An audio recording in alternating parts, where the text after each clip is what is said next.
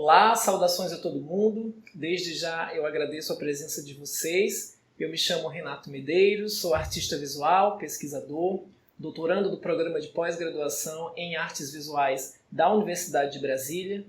E nesta edição da ANPAP eu apresento o artigo O Método como Tática de Resistência, relato de procedimentos metodológicos aplicados à criação artística do projeto Ilha. O objetivo dessa comunicação é relatar como a adoção e a constante adaptação de um método específico de trabalho contribuiu no desenvolvimento e evolução gradual, do processo artístico, sobretudo garantindo a consistência necessária para atravessar momentos de grandes adversidades e incertezas, como é o caso da pandemia de Covid-19. E para fundamentar essa reflexão e me ajudar a entender esses caminhos metodológicos possíveis, eu trago principalmente a Elida Tesler, o Ricardo Basbaum e a Sandra Rey, que fala sobre a natureza da pesquisa em arte ser diferente do método estritamente científico, porque o pesquisador em arte ele não está exatamente comprometido ao exame dos fatos do mundo natural. Ela diz que cabe ao pesquisador em arte instaurar os seus próprios fatos, para criar uma visão singular de mundo. O que posiciona o trabalho artístico como uma outra forma de conceber, de conhecer, de perceber o mundo. Então aqui eu apresento as regras que eu instituí e que me permitiram inventar o projeto Ilha, a partir de criações artísticas que nasceram durante essa fase mais aguda da pandemia, como uma metáfora mesmo de um mundo em isolamento. Uma tentativa de fundar lugares seguros para vivenciar esse isolamento, do modo mais distante possível do cerco de más notícias aí de 2020, que no meu caso particular também diz respeito ao círculo de fumaça que se formou e me envolveu durante as queimadas do Cerrado e do Pantanal, eu que vivi todo esse período em Cuiabá, no Mato Grosso.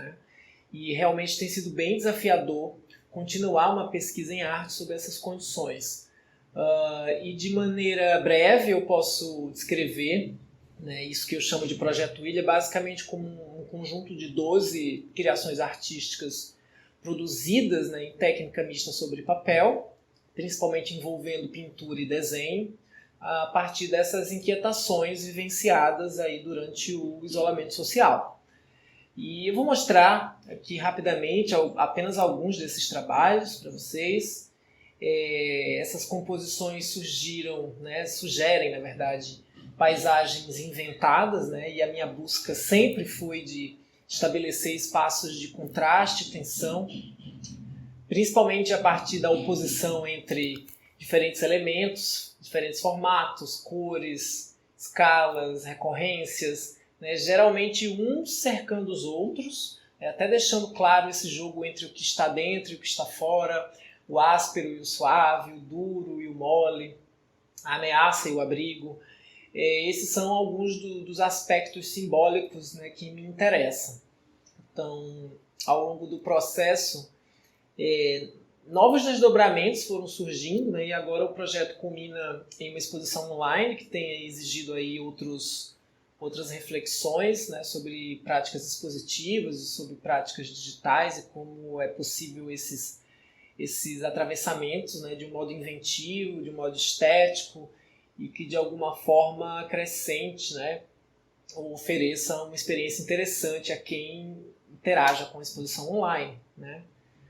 Bom, e sobre os procedimentos metodológicos que eu adotei, eu começo com a Elida Tesler, que fala da importância de estar aberta ao acaso, já que a pesquisa em arte se dá de maneira gradual, ao longo de um caminho que provavelmente não vai ser linear, e justamente por isso se trata de um processo que demanda resistência, para driblar essas pedras no caminho, pedras que se tornaram ainda maiores nesse governo cínico e genocida que está aí, e por causa da pandemia, é claro. E a Tesler ainda adota, né, como primeiro procedimento metodológico assim, a definição de um problema de pesquisa, né, que surge da prática artística continuada. Então, essa seria a primeira tarefa do artista pesquisador. No caso aqui específico, o projeto surgiu de uma primeira composição, que eu chamei de Ilha, a partir de um esboço bastante abstrato até, que eu tinha feito aleatoriamente, assim, anos antes. E que dessa primeira composição foram surgindo outras configurações com base nos mesmos elementos, nas mesmas cores, nas mesmas texturas. Então, quando eu passei a enxergar ali uma série e a possibilidade de estabelecer um trabalho com uma argumentação mais robusta, né, também.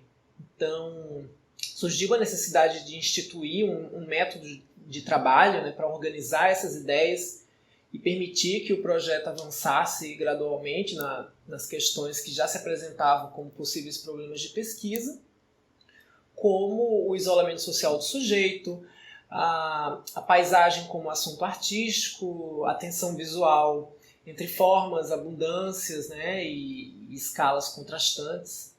E já que havia o risco de abandono do projeto ou de dispersão, né, diante de outras urgências, né, eu decidi instituir alguns marcos que deveriam ser seguidos, né? E os principais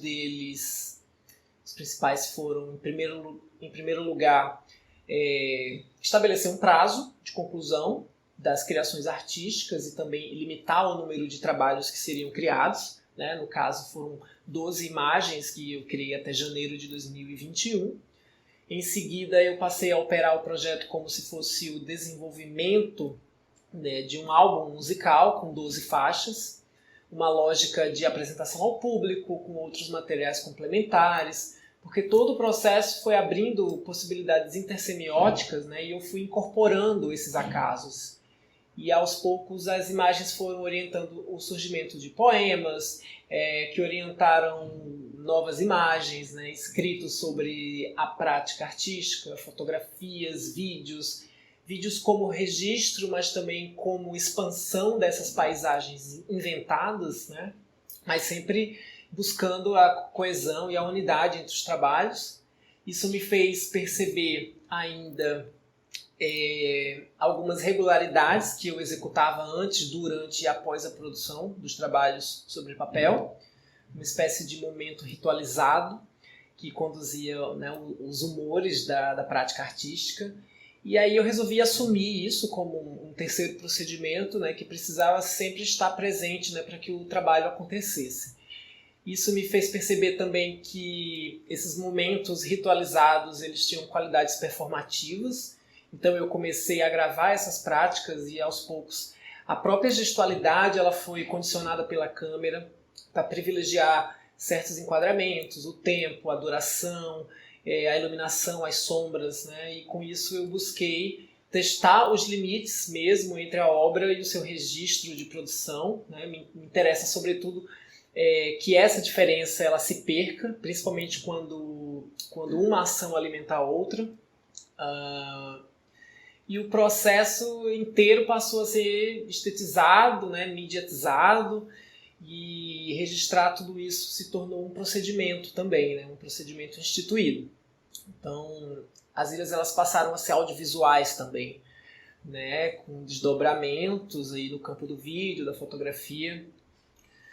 E para encerrar, o que eu posso deixar aqui como considerações finais, né, que apesar de estabelecer, né, esses marcos que eu tinha que cumprir, o projeto ele não seguiu fielmente os primeiros esboços, né, eu precisei me adaptar, eu precisei estar aberto a esses desvios, né, e eles ocorreram, foram muitas tentativas, foram muitos atrasos, foram muitos acréscimos, né, e esse constante exercício de reflexão sobre o que era produzido, né.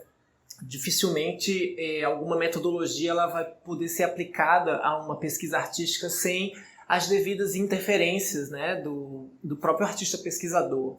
Mas ter essa organização mínima foi fundamental, né, e conseguir cumprir essas regras auto-instituídas foi ainda mais importante.